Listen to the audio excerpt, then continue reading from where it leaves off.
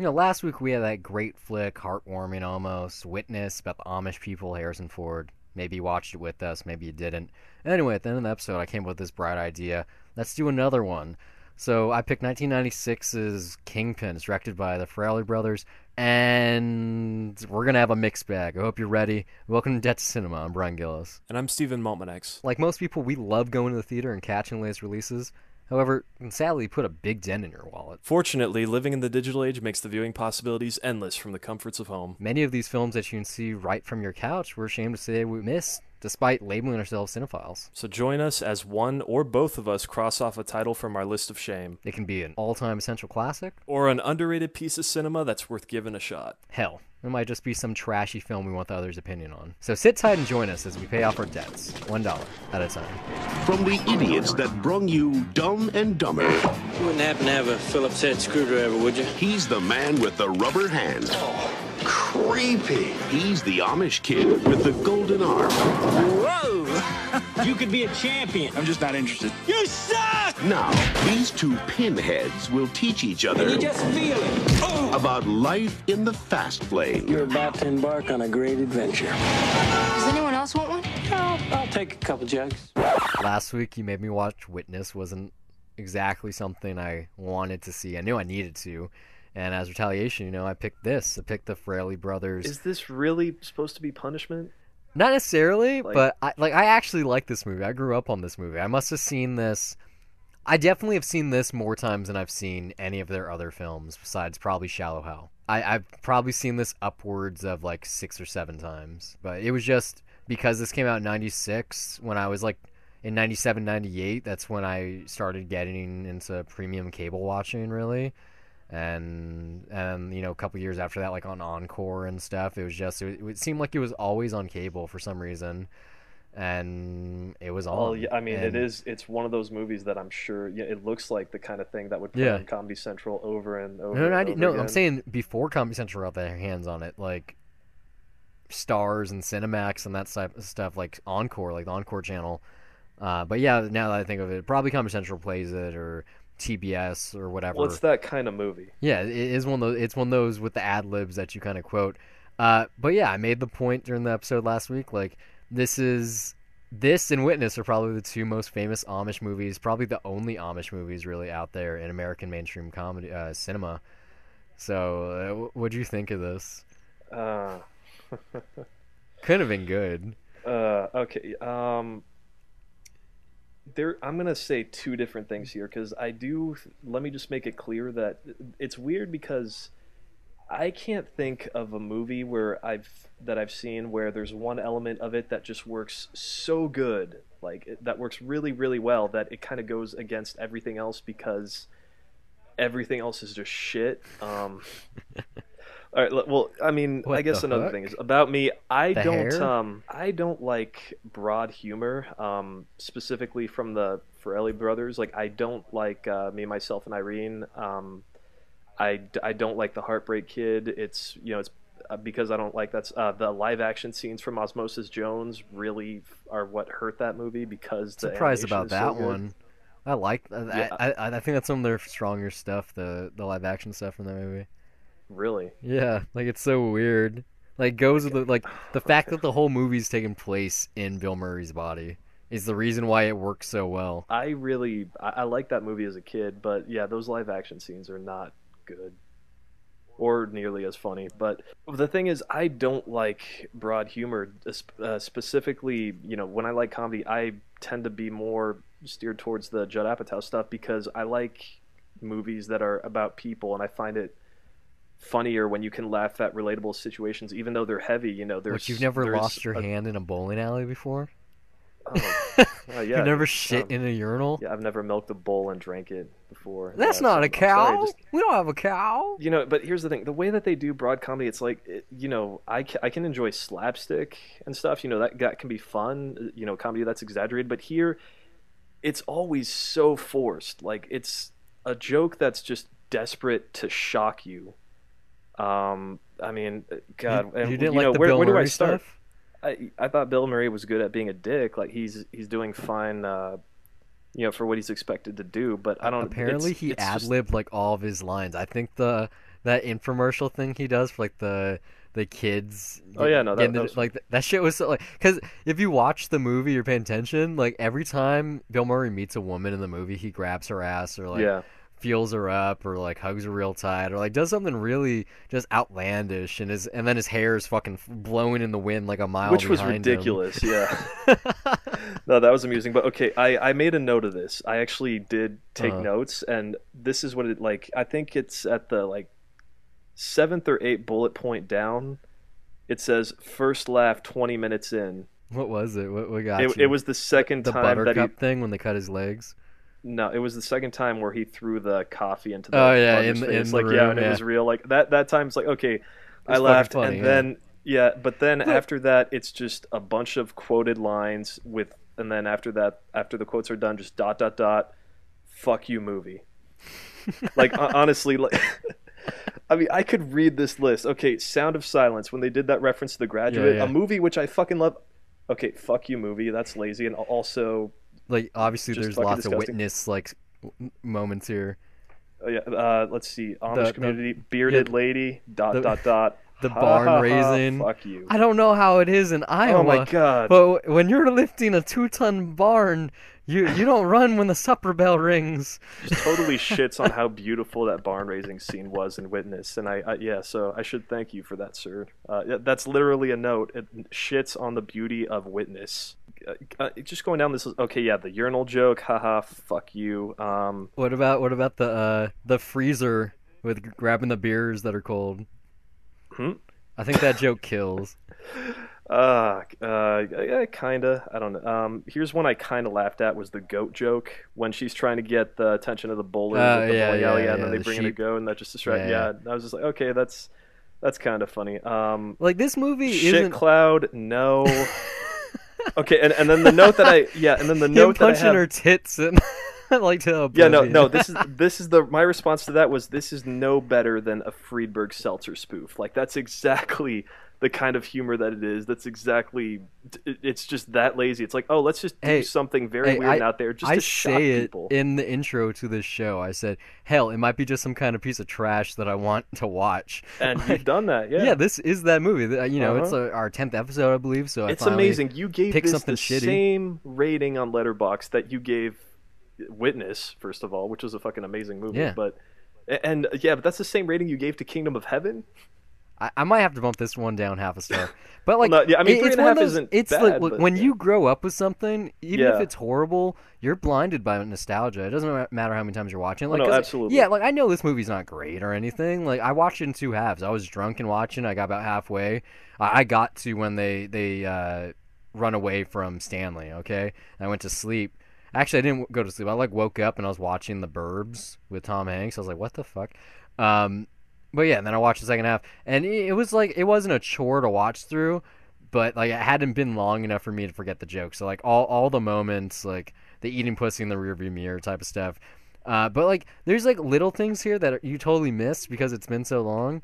So like the whole Chris Elliott like coming up and saying, "Oh, if you fuck him, I'll give you $1 million," was like a riff on this movie with that Woody Harrelson was in called Indecent Proposal with what's his name with Sundance in it, fucking Robert Redford. Yeah, I didn't catch that. Yeah, I didn't catch that either.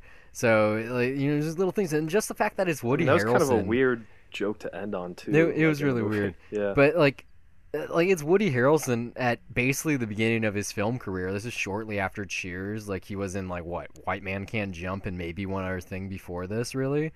And look at him now. Like we were talking about him earlier with Planet of the Apes, but you got like the Hunger Games and fucking Rampart and True Detective and all these things, and he's kind of having like a Zombieland. resurgence too. Zombieland, yeah, and like him working with Bill Murray here was like the only reason basically why Zombieland got Bill Murray, because I guess they really respect they have a each good other. connection. Yeah, But like apparently when Bill Murray got those 3 strikes in a row, that actually happened on the first take. Like those are legitimate. Like the crowd, that's legitimate cheering because it's Bill Murray.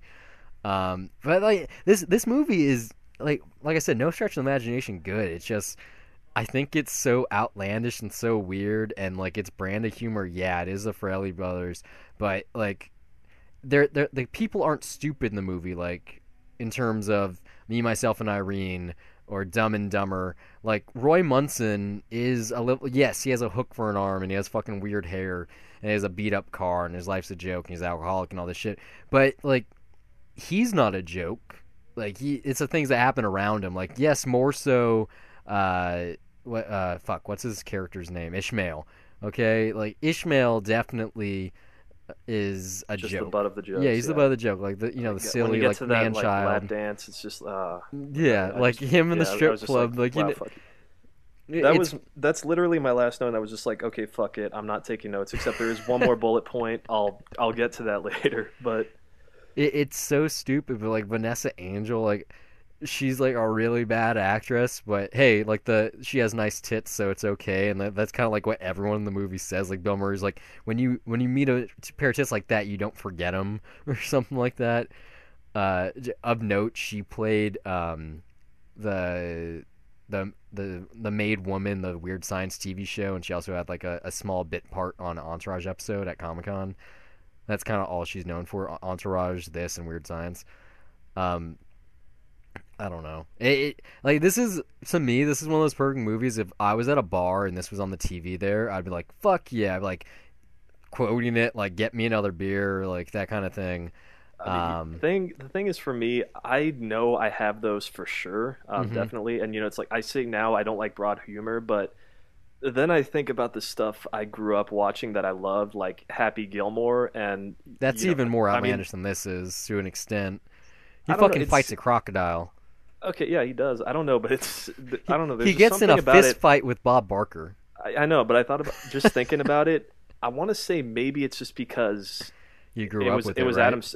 Not only that, but I mean, even now, the reason I can still enjoy it is it's the same reason of it's like when I compare an Adam Sandler movie now, like Pixels versus Happy Gilmore. Like Happy Gilmore, there is dedication in there. Like he full on just gives it his all and just goes for every fucking joke. Here, what about Billy Madison? I haven't seen Billy Madison yet. You never seen Billy? You haven't seen the other half of the namesake of his production company? No, I have not seen. You should make that a priority. It's on Comedy Central see, this every is back weekend. I don't have cable. You know that.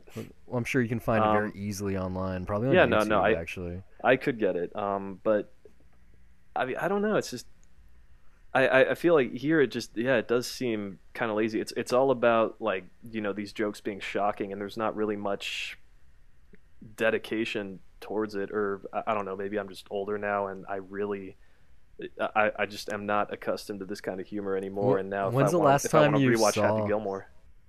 When's the last time we saw Janice on Bob Strike Back? Oh, curiosity. probably like 3 years ago.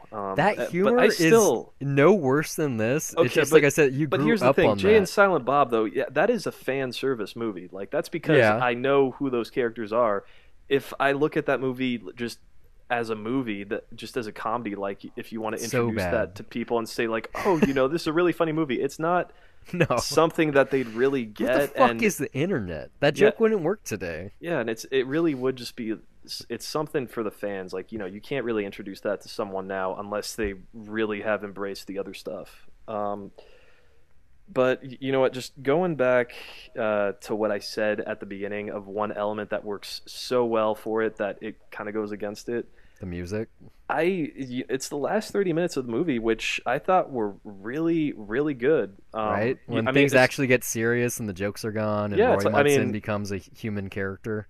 I mean, when you get to the bowling stuff, I think that's mainly because when it comes to sports movies, I'm an easy lay. So as cliche as those are, when it comes to the final tournament, it's hard not to get wrapped up in them when it's done well. Yeah, and it is done well here. But I love the way that this ends, and just that it doesn't go for the cliche. Oh, he wins everything. Like he deserves. Like especially when it's not Ishmael that's bowling for the tournament. It's the rubber man. Yeah, and it makes sense that okay, this is a story about a guy that just has to get back on his 2 feet, and you just have this like really weird optimistic Amish kid that's just that kind of inadvertently gets him back on his feet again. And I really I love that it is the Trojan like condoms check that he gets at the end. Like I love the way that it wraps up in a way that's just so logical, and it's just not but you don't going the coming. lazy route, because Yeah, well, I mean, because this movie is just so lazy about its humor, and it's so broad in your face that I really was surprised by it. It's like, wow, you're actually doing a very, very human, very like just the emotional center of this movie, like in that ending, like it really just it works so well. I wish that Like Shallow Hal everything does else a were actually similar funny. thing. Like I've not seen it, obviously, so you haven't seen it. Well, the but premise of the I can movie, imagine yeah, that. Yeah. you've heard of it. You know what it is. Mm-hmm. Yeah, so I mean, it's the same idea. Like, yes, it's about Jack Black, and he has these always shallow goggles, or reverse shallow goggles. You know, he only sees the inner beauty. But it has a similar thing going for it. Like, obviously, there's a lot of sex humor going on there, and like weight jokes about obese people and whatnot. But like, it has like a really good heart, and I think most of the Farrelly brothers or Farley brothers, however you want to pronounce it, most of their films do.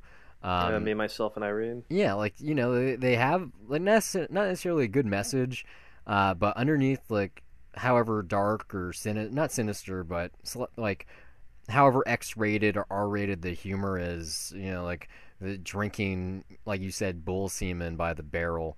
Yeah. It's like I'm not 13 anymore, yeah, so but I like just wouldn't find that funny. it does it not necessarily means well, but it still it has like that almost Frank Capra message at the end in some way. And honestly, I don't know if this is there for something like you know, there's something about Mary, and don't tell me, but just the way that this ends, it really has me thinking like, Oh, okay, you haven't seen that? No, I haven't. Okay, well, the band that shows up in the middle of this when Ishmael's learning how to dance before he gets his ass kicked, that's the band. That band shows up like 3 or 4 times in that movie. I'll make a note of it.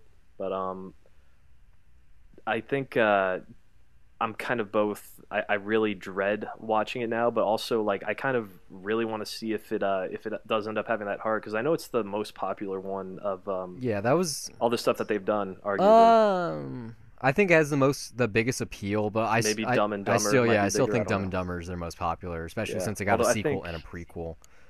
I think So- there's something about Mary's probably it's more of a landmark film in that it was an R-rated flick. That's why. I think it was just because it was R-rated. It had like good-looking big stars at the time, and then it's fucking funny.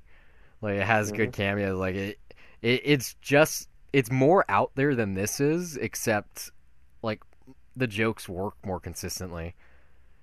I mean, obviously, you know, there's like the cult picture of, you know, Cameron Diaz with the semen hair, but like it's more than that. Like it does also like have it all ties in together. Yeah, It's like- not like a random. yeah, joke it's not a like random this. joke like this. Like they, Like this is just hijinks and yeah. Like it's more it's more complete. Yeah. Well, that's good. You should definitely watch it eventually. I think you'll actually like it. Like it's not Apatow, but it has more of a pulse than this does. Okay, yeah. I mean, I can handle broad humor, even though I generally don't like it. But when it's like, I feel like the Friedberg Seltzer comparison is apt, because you know, the only difference is that this is not a spoof. I mean, it almost even though is. there are like some film references in there that it's clearly making fun of. Obviously, yeah, it's referencing The Hustler and The Graduate, like you said, and Oh my Witness. I'm sure there's a couple other things in there, like just the whole sports thing. Like you could, you know, pick a movie, any movie, it doesn't matter for the sports thing. It's just not as in your face as those movies are. So that this makes it a tiny bit better than those for the first 2/3. But yeah, no, it really is that last third that, like, I'm really happy that it, like, you know, Bill Murray just walks away and he's still an asshole, and there isn't, like, you know, that like stupid, oh, you know, the crowd hates him all of a sudden, everyone turns against, or I don't know, he gets like shit thrown in his face or stupid shit like that. Like it's Bill just Murray. really, yeah, it's really insane just like how refreshing it is to have an ending like that. It really isn't that hard either to end something logically and to make it still entertaining, and you know, to still have an emotional center at it. Like and we don't get stuff like that even these days. We're talking about these brothers here. Dumb and Dumber is no different. I mean, you haven't seen it, but There's Something About Mary is pretty close. Like they usually kind of avoid the cliche ending. Like, you know, I'm sure Three Stooges is different and Hall Pass is. Like their latter films aren't so great. But I don't know. They don't go against the grain, but this being a prime example of it, like you said, yeah, like it is refreshing. especially as a comedy where things are supposed to be perfect at the end because you're laughing the whole time. Yeah. So I know you had really bad gut reactions. You didn't like the humor. You thought some of the slapstick was horrendous. It was almost like a spoof movie in scope. And I am sure you haven't said it yourself, but you hated the makeup. What did you think in general? Like, what was your overall reaction here? What's your critique? I mean, it's the first 2/3. Like, I clearly just wasn't enjoying it. There were a couple few chuckles there, but it really is that last third that saved it for me. So I do think it's worth checking out because there are people that obviously find this funny. I think if you go on Letterboxd, there's quite a few positive reviews on there. What's shocking is that I think Gene Siskel, or I don't know if it was Ebert, they both gave it 2 thumbs up, and I'm trying to track down that review. I know I can find it, but it's hard to find apparently YouTube videos of their episodes that are like full. Like the ones I've seen recently, they get cut off before they even do the thumbs. I don't. It might be on there somewhere. I'm sure because it's a lot of their stuff's on the internet. But I think Gene Siskel put it on his top 10 for that year. It's 96. I can't really think of the movies. That's the year The English Patient won. So. Yeah, but I mean, it's just. I guess it speaks to how shitty that year was, or how good this movie is. Yeah, maybe. I'm not entirely not convinced that it's still not great. I think the soundtrack, even though some music is used too much, there's back-to-back montages in the final bowling tournament, which is really weird. But almost every song in this movie is good. You have Blues Traveler actually performing at the end. That band that played the national anthem was Urge Overkill. Honey, You'll Be a Woman Soon from Pulp Fiction. Just little cameos here. There's pro bowlers actually in this thing. I don't know. I think it's not a landmark 90s comedy film, but it definitely helped guide me towards what I would later enjoy. And maybe it is that final third, like you're saying. But I think that the performances are so outlandish that they're very memorable. And not just the way they're dressed and the fucking hook. Where'd you get one of those? Prosthetics R Us on aisle 6 across from the glass eyeballs. It's so bad it's good, but when I was young, it was just good and it wasn't bad. And I can still kind of almost see it that way. That's kind of what I want to say is if I loved watching Adam Sandler's stuff growing up, so if I was 13 and I saw this, I would have laughed. No, I'm saying I was a lot younger than that when I saw it for the first time. Yeah, no, but I mean, even if I'm just saying at that point, regardless, anything before there's a shit cloud 18, coming, I would have laughed. Oh my god, you would have laughed so hard. You would have shit your pants. But I'm not laughing now. I would definitely watch this again before I watch Witness again. I loved Witness. I thought it was absolutely incredible. But this is a completely different movie. But it's similar. Just not for me. But no, I'm sure there's someone else. Someone out there has done the Amish double feature. I'm sure of it. There's got to be some other Amish movies out there. That has to be a list. This movie's also weird because besides The Big Lebowski, can you think of another movie that bowling's central to? What's that Disney Channel movie? Alley Cat Strike. Yeah. Yeah. Well, it is a Disney Channel movie though. It came to mind right away. No, I'm just saying that's fair, but. Yeah. There aren't many bowling movies. No, I know what you mean. So that is you get something for that, especially since there kind of is at least one comedy for everything else. Especially Will Ferrell's not starring in it. I don't know. I think it has it has a special place in my heart, even though I know it's not fabulous. I think there's worse movies to appreciate out there. Well. Thanks for listening, guys. I hope it's been a pleasure. If you enjoyed it, you can find updates and when episodes go live on Facebook and Twitter at Dollar Reviews. You can follow me personally on Twitter at Brian Gillis, that's BryonGillis, and also under the same name on the lovely site Letterboxd, which acts as my film diary, where I rate the films I watch on an almost daily basis, write the occasional review, and even sometimes compile lists. You can also find me on Twitter at S_MTX. And also follow my film diary at letterboxd.com. My username is also S_MTX. There, I log everything I watch and sometimes write brief reviews. If you'd like to contribute some talking points, maybe send us a film or two that you'd like for us to review, or just some feedback of any sort, you can do so by sending us an email to dollar.review@gmail.com. And if you want to hear more of us, you can find our entire archive at dollarreviewspodcast.wordpress.com. We're also on iTunes, where you can download episodes and listen to us anywhere, and you can also hear us on SoundCloud and TuneIn Radio just by searching Dollar Reviews. Until next time, keep the change.